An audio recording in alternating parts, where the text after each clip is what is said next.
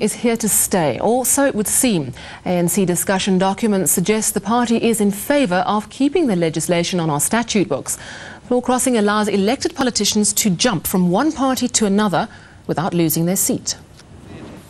Floor crossing means that the politician you voted for in the last election can jump ship to another party and still keep his or her seat in parliament or provincial and regional structures. In effect, it means your vote now counts for someone else. Smaller opposition parties have suffered the most from the legislation, with many jumping on board with the bigger ANC. This has led to a widespread condemnation that floor crossing is undemocratic. The ANC will debate floor crossing in its policy conference in June, but discussion documents indicate that while many are uncomfortable with the legislation, the party will opt to keep it. The ANC has been the primary beneficiary. And really what we're asking the ANC to do is not to look at the party interest, but to look at the systemic interest. It is in the interest of the democratic system that it scrap the legislation. The Constitutional Court has refused to weigh in on the matter, saying it is a political problem, not a legal one. The ANC told E-News it's not ready to comment on its discussion document. It says it's waiting for its members to study its recommendations, but there are growing voices against the legislation.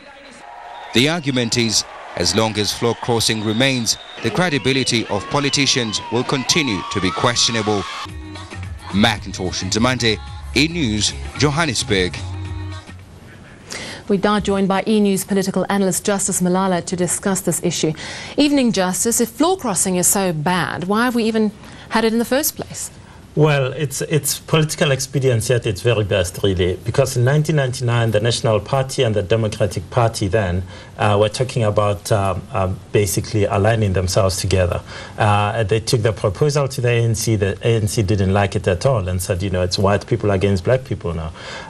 But then the National Party changed around and said, we'd like to come in with the ANC. And quick as a shot, the ANC was in there in 2001 and passed the legislation. And that's how we've ended up with a really heinous system. So if the floor crossing system has actually worked for the ANC, why are they even discussing changing it?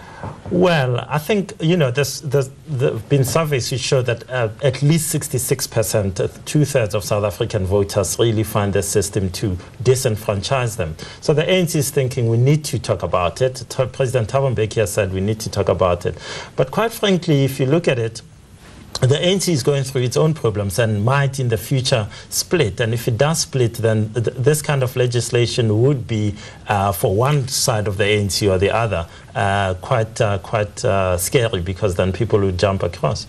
Now, this floor crossing period happens in September. Yeah. Do you think we're likely to see any change in the legislation by then? Not likely. Procedurally, the ANC goes to its policy conference in June, and those policy decisions that they take will probably go to the national conference in December. And in the interim, if it goes to Parliament, the ANC is unlikely to say yes before its national executive and its national congress has said anything on it. Very interesting. Thanks very much, Justice Malala.